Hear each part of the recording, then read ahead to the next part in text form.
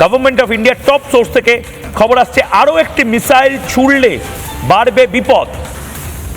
ভারতবর্ষ এই মুহূর্তে একদম স্পষ্ট ভাষায় পাকিস্তানকে এই বার্তা দিতে চায়, পাকিস্তান আরও একটি মিসাইল ছুড়লে বা কোনো ধরনের কোনো বদমাইশি করলে সেটা ভারত বিরোধী যুদ্ধ বলে গণ্য করবে ভারতবর্ষ।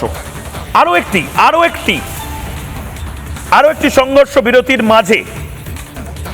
বিরতির মাঝে পাকিস্তান সন্ত্রাস করলে বুঝে নেবে ভারত, পাকিস্তানের আচরণ যুদ্ধ হিসেবে গণ্য করা হবে। অর্থাৎ এরপরে যদি একটাও অ্যাক্ট অফ টেরর ভারতবর্ষ দেখে তাহলে সেটা অ্যাক্ট অফ ওয়ার হিসেবে গণ্য করা হবে। খুব স্পষ্ট ভাষায় এটা এই মুহূর্তে ভারত সরকারের তরফ থেকে জানানো হয়েছে বলে আমরা সূত্রের খবর পাচ্ছি।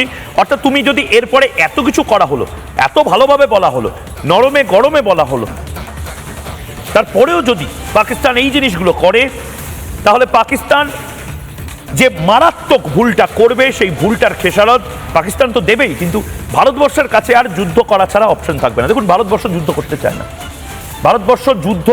চায় না। মহাভারতে কৃষ্ণ অর্জুন যুদ্ধ করতে চায়নি, পাণ্ডবেরা যুদ্ধ করতে চায়নি, কিন্তু তাদেরকে একটা পয়েন্ট অবধি ধাক্কা মেরে খাদের কিনারে অবধি পৌঁছে দেওয়ার পরে তাদের হাতে গান্ডিব উঠেছিল।